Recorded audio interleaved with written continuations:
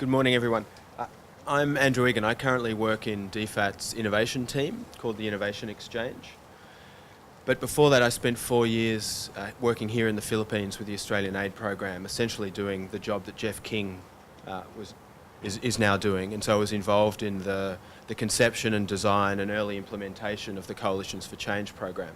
And that was my first sort of deep dive into this world of doing development differently. But I'm now still engaged in the Doing Development Differently agenda, but through the innovation lens. So I wanted to talk to you about how we see things in the Innovation Exchange and and the synergies between our agenda and the Doing Development Differently agenda. So the Innovation Exchange is a very new beast within DFAT. It was officially launched only a few weeks ago by our Minister for Foreign Affairs on the 23rd of March. And the drivers leading to its establishment resonate, I think, with the drivers we've all been discussing that underpin the Doing Development Differently community that we're becoming. You know, a recognition that traditional approaches aren't delivering the results, having the impact that we want, a recognition that we need to more seriously and deliberately explore, experiment, and engage with risk in different ways in order to achieve better development outcomes.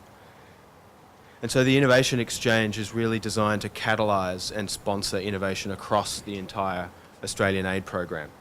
And so you can think about the exchange team as a bit like a program. You know, we have our own team of implementers. We have our own budget. We've been allocated $140 million over 4 years to play with and to do innovative work. And our goal really is to use that budget allocation in ways that can drive and promote cultural and business process change within the Department of Foreign Affairs and Trade and across the Australian Aid program.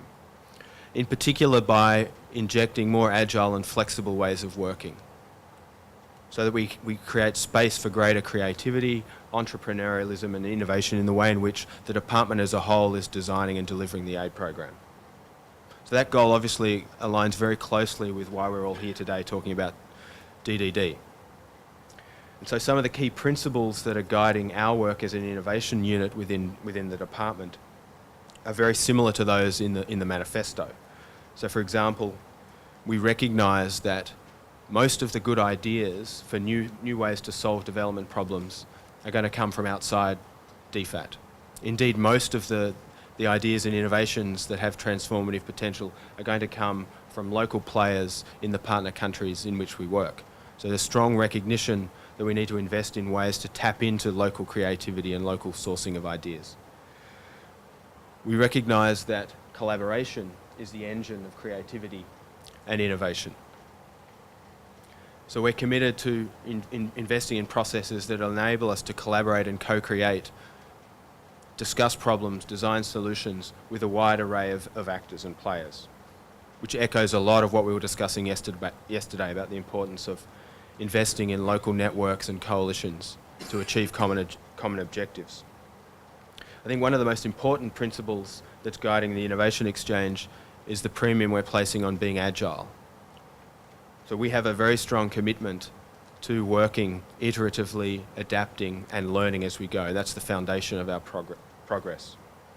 And we also think about risk in a different way than perhaps the rest of the organisation. So we don't think about risk as something to be controlled and mitigated at all costs. So we recognise that risk has an upside and it offers the potential for reward and big impact. Now, implementing and working in this way within a public sector organisation like DFAT is not going to be very easy. It's not easy to reconfigure the way public sector agencies like DFAT work so that they are more flexible, more iterative, more accepting of failure and become genuine learning organisations. We do, though, have high-level political support, and our Minister for Foreign Affairs is by far the biggest champion of the Innovation Exchange, and this is really her baby. So that places us in a very strong position vis-à-vis our agenda. But some of the problems that I'd like to discuss, let me put 5 on the table. One, I think, is, it came up yesterday, is the spending imperative.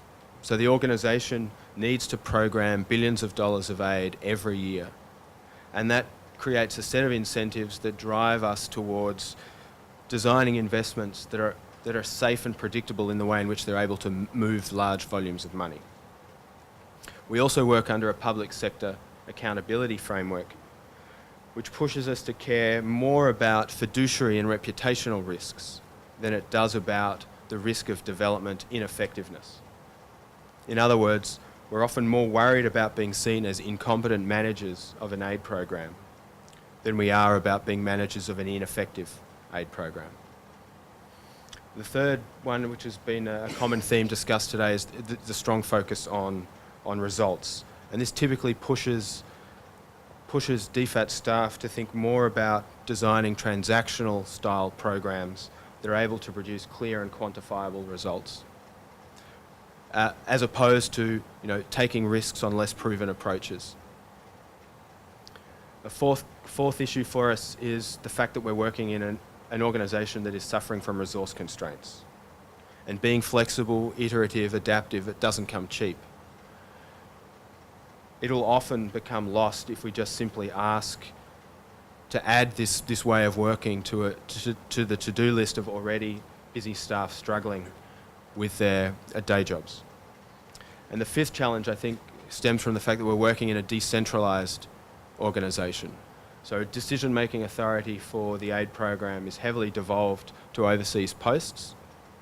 And the challenge is for an innovation exchange charged with promoting and brokering organisational and cultural change to find the right ways to do that in a decentralised environment. I'm hoping that we'll be able to discuss solutions to some of these challenges in the Q&A session. So let me just wrap up with a couple of key points. I think the first one is that the synergies between the innovation and doing development differently agendas are very strong. And the organisational and behavioural changes we're all talking about that can enable greater innovation and that will support the different ways of doing development are often the same too. And indeed, the challenges we're all discussing about the need to overcome in order to enable our organisations to do development differently or to innovate, again, they're often the same. And so I think at least in the Australian and DFAT context, there's real potential to take the doing development differently agenda forward by hitching onto the bandwagon, to borrow David Booth's phrase, that is innovation at the moment, and to take advantage of the political capital and strong political buy-in from the top for the innovation agenda.